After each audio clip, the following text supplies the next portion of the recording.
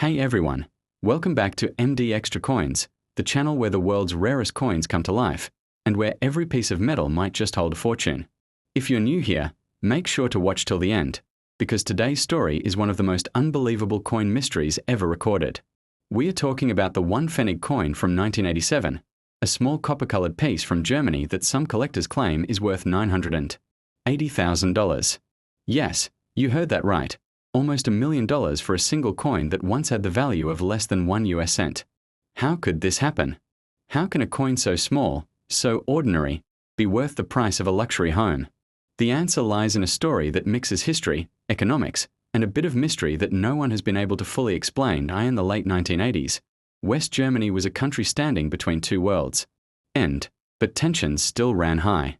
The Deutsche Mark was the symbol of stability and power. Every German carried Pfennigs and marks in their pockets. The 1 Pfennig coin was the smallest denomination, so small that many people ignored it or left it lying on tables, in drawers, or under car seats. But in 1987, something unusual happened in one of the German mints, something that would turn one of those tiny coins into one of the rarest and most talked about collectibles in the world. Back then, Germany had several mints: Berlin, Munich, Stuttgart, Karlsruhe, and Hamburg. Each mint used a small letter to identify its coins. For example, D meant Munich, F meant Stuttgart, G was Karlsruhe, and J was Hamburg. The 1987 1 Pfennig coins were produced by these mints as usual, but a small number of them were struck on experimental blanks, known as planchets, that were never supposed to be used in public circulation. These blanks were made of a slightly different metal composition, a copper zinc alloy that gave the coin a golden hue instead of the usual reddish-brown color. These test coins were supposed to be melted down after inspection, but something went wrong. A small number of those test strikes left the mint unnoticed. Nobody knows exactly how. Some believe they were taken accidentally in rolls mixed with regular coins.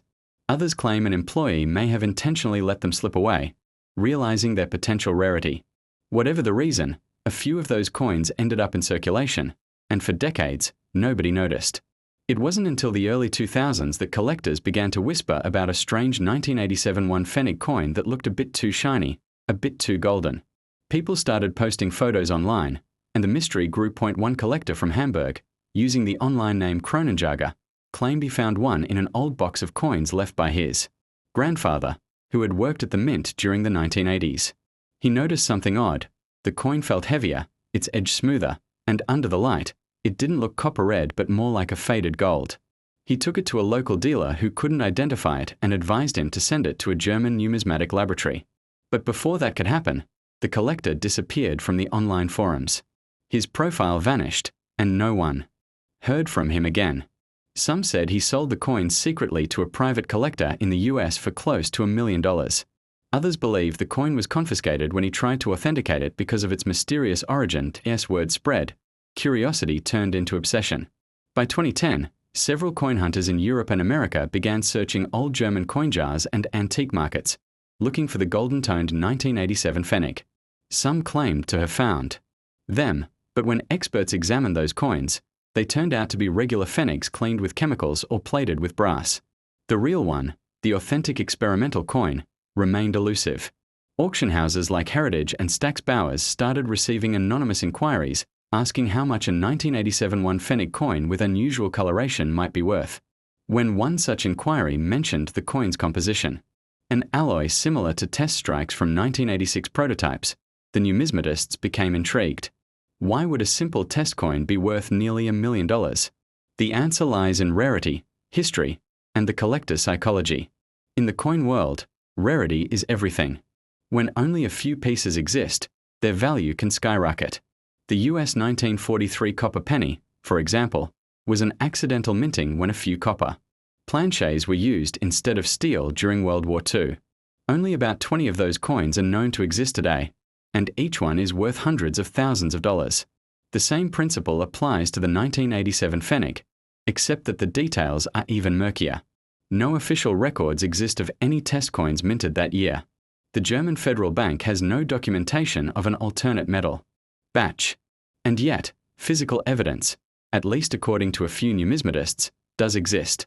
That's what makes this coin so controversial and so valuable. Experts speculate that this coin was part of an internal test for the upcoming redesign of German coins before reunification in 1990. The test involved new materials meant to resist corrosion and magnetic interference, preparing for machine automation.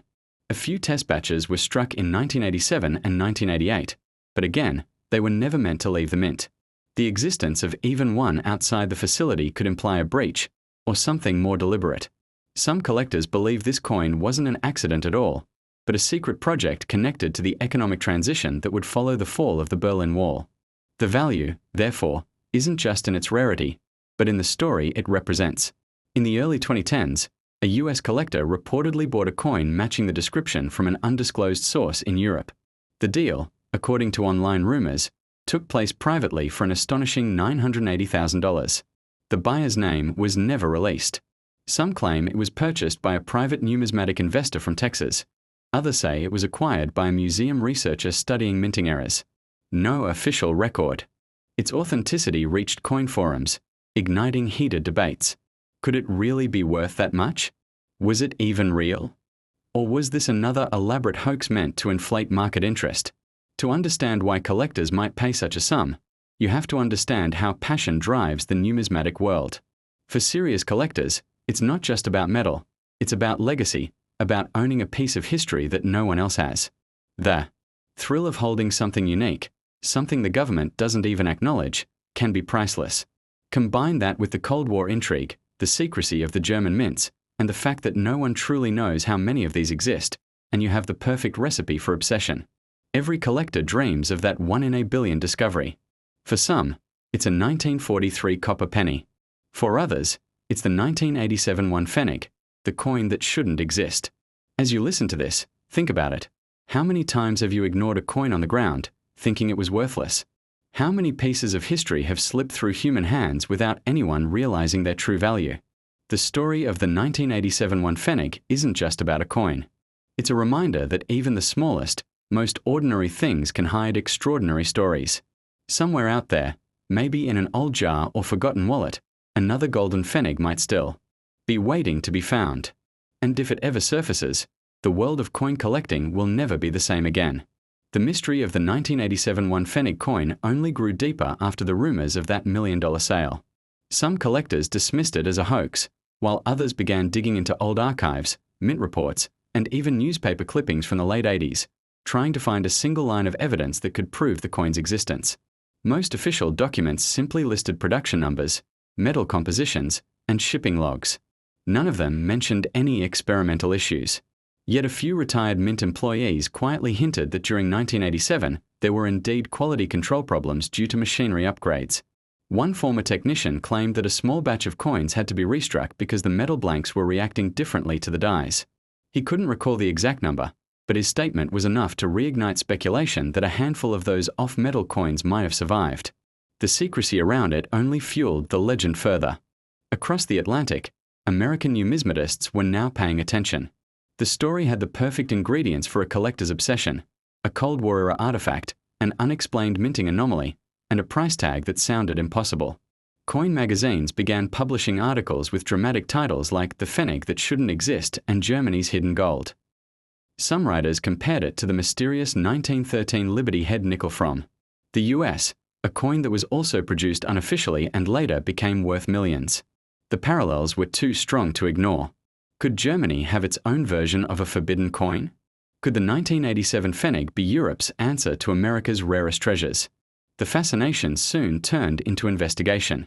In 2014, a private numismatic lab in Switzerland received a coin for testing that allegedly matched the description of the 1987 pfennig anomaly. The coin arrived anonymously, shipped from an address in northern Germany, with no name or sender. The lab performed non-destructive X-ray fluorescence analysis to test the metal composition. The results stunned them. The sample was not made of standard copper-plated steel. Instead, it contained traces of zinc and a higher copper content consistent with the test alloys used in mint experiments of the mid-1980s. It was authentic metal, but no official German record matched it.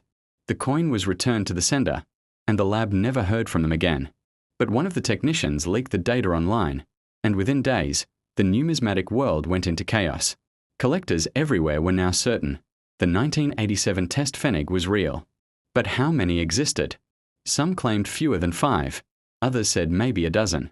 Without official confirmation, the number was anyone's guess. What made it even more mysterious was the fact that no photographs were publicly verified.